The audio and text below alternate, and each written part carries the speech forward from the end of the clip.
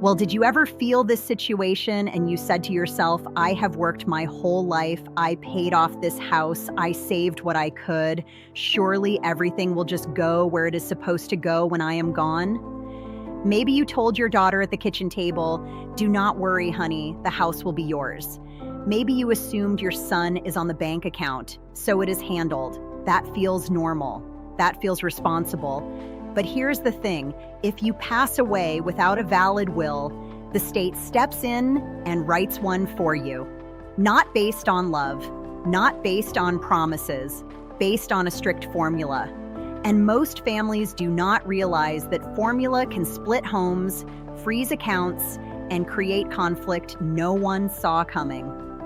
Stay with me, because in the end, I will give you a simple checklist you can screenshot to protect what you built. Before we begin, this video is for educational purposes only. My name is Judith Carver. I am not a lawyer, and laws can vary by state. My goal is to help you understand the situation calmly so you can make informed decisions. As you may have already noticed, rules are changing quickly in 2026. Policies shift, deadlines move, and important updates can easily be missed. I monitor these changes so you do not have to. If you find this guidance helpful, like and subscribe to my Senior Alert channel and turn on notifications so you never miss a critical date that could affect your finances. And always remember, your rights do not expire with age. Let us start with the basic truth. When someone dies without a will, it is called dying intestate. That means state intestacy laws decide who inherits. Every state has its own statute, but most follow a similar order of priority.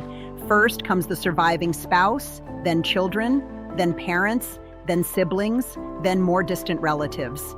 This sounds simple. It rarely is. Imagine Robert, 74 years old, married for 20 years. He has 2 children from a first marriage. He never updated his paperwork because he assumed his wife would receive everything. In many states, when there is a surviving spouse and children from a prior relationship, the estate is divided between them. That can mean the spouse receives a portion and the children receive a portion. Now pause for a moment. If the main asset is the house, how do you divide a house into portions? Often it means the house must be sold or the spouse must buy out the children. He did not see this coming. The law did not care about his assumptions. Here is where it gets interesting. If you are married and all your children are from that marriage, some states allow the spouse to inherit everything. Others split certain assets. Community property states treat marital property differently from common law states. In community property states, assets acquired during marriage are generally owned equally by both spouses. In common law states, title controls ownership. That difference alone can change outcomes dramatically. Most people never notice this until it is too late. Now let us talk about children. If you are not married and you pass away with children, they typically inherit equal shares. Biological and legally adopted children usually count the same. Stepchildren who were never legally adopted generally do not inherit under intestacy law.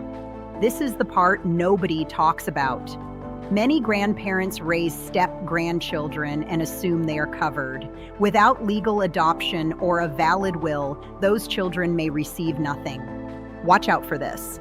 If one of your children passed away before you, their share may go to their children, your grandchildren, depending on state law. That can create complex family dynamics. I have seen siblings arguing over whether a grandchild should receive a parent share. The court follows the statute. It does not weigh emotional closeness. Let us move to parents and siblings. If you die without a spouse and without children, your estate usually goes to your parents. If they are no longer living, it goes to siblings. If siblings have passed, their children may inherit. The law keeps moving outward through blood relatives. And here is the brutal truth. If no legal heirs are found, your property can eventually go to the state under a doctrine known as escheat. It is rare, but it exists. That alone should make you pause. Now listen carefully. Not every asset passes through intestacy. Jointly owned property with rights of survivorship typically passes automatically to the surviving owner. Retirement accounts and life insurance policies pass to named beneficiaries. Payable on death and transfer on death accounts also follow beneficiary forms. This sounds reassuring. Here is where it gets crazy. If those beneficiary forms are outdated, or if the named person already passed away, the asset may fall back into probate and be distributed under intestacy rules. One forgotten form can redirect thousands of dollars. Let me show you exactly what happened in a common situation. Linda, 78, had a retirement account naming her husband as beneficiary. He passed away. She never updated the form. When she later died without a will, the account had no living beneficiary. It flowed into her estate and was divided according to state law among distant relatives she barely spoke to. Her close friend, who helped care for her, received nothing. She thought it was handled. It was not. Stay with me. Probate is the court-supervised process of settling an estate. Without a will naming an executor, the court appoints an administrator.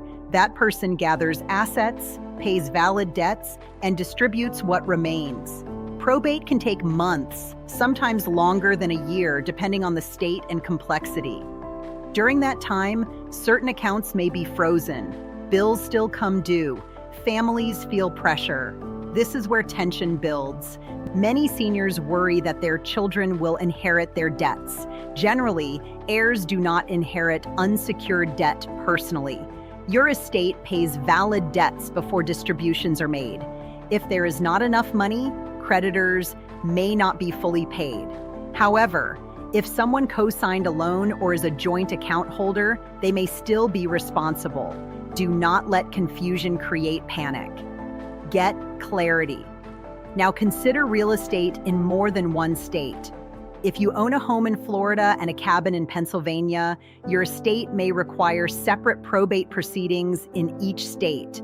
That increases cost and time. Without a will providing direction, your family navigates each court separately. Most people never plan for this. Here is another overlooked issue. If you are raising a minor grandchild and you pass away without naming a guardian in a valid will, the court decides who takes custody. Judges aim to act in the best interest of the child, but your preference may not be clearly documented. Do not assume the right person will automatically step in. Pause for a moment and ask yourself, have I reviewed my documents in the last 5 years? Rules change fast. Financial institutions update policies. State laws evolve. What worked 10 years ago may not reflect your current family structure. This is where we shift from fear to control. The solution is not complicated, but it does require action. A properly drafted will allows you to name beneficiaries, appoint an executor you trust, and specify guardians for minors.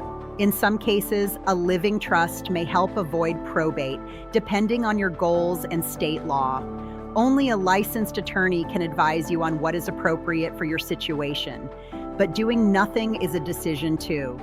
Let us talk about blended families. Second marriages are common. Long-term partners without legal marriage are common. Intestacy statutes do not recognize unmarried partners in most states. If you live with someone for 20 years but never married, they may inherit nothing without a will, even if you shared expenses and a life together. That reality shocks many couples. The untold truth is that intestacy law was designed decades ago around traditional family structures. Modern families are more complex. The law has not fully caught up everywhere. That gap creates risk. Now, I promised you a checklist. I will lay it out clearly so you can pause the screen, screenshot it, and take action. Small steps now prevent large problems later. First, confirm whether you have a valid will that reflects your current wishes. If it is more than 5 to 10 years old, consider reviewing it with a licensed attorney. Second, create a written inventory of your major assets, including real estate, bank accounts, retirement accounts, insurance policies, and valuable personal property. Third, verify how each asset is titled and whether a beneficiary designation is on file and up to date. Fourth, review contingent beneficiaries in case the primary beneficiary has passed away. Fifth, if you own property in more than one state, ask an attorney about the potential for multiple probate proceedings. Sixth, if you are part of a blended family or have stepchildren you wish to provide for, confirm that your documents clearly include them. Seventh, if you care for a minor or dependent adult, discuss guardianship planning. Eighth, store your documents in a secure but accessible place and inform a trusted person where they are located. Pause the screen, screenshot this, bring it to a qualified professional and ask direct questions. Let us bring this home calmly. Dying without a will does not mean chaos every time. The law provides a default plan, but default plans do not know your heart. They do not know who showed up when you needed help. They do not know your promises. You have spent decades building a life. You deserve to decide where it goes. If a situation ever feels legally or financially complex, contact a licensed attorney or qualified professional who can give you advice specific to your circumstances. You deserve calm, clarity, and respect. And if this information helps you recognize a pattern or avoid a mistake, share it with your friends, neighbors, or family members who may face the same confusion. Many seniors fall into these traps simply because no one warned them. A simple conversation can protect someone you care about. I read comments and messages personally, so do not hesitate to share your questions. Like and subscribe to stay part of the Senior Alert channel so I can continue providing information most seniors are coping with. Carry this forward with confidence and dignity. Your rights do not expire with age.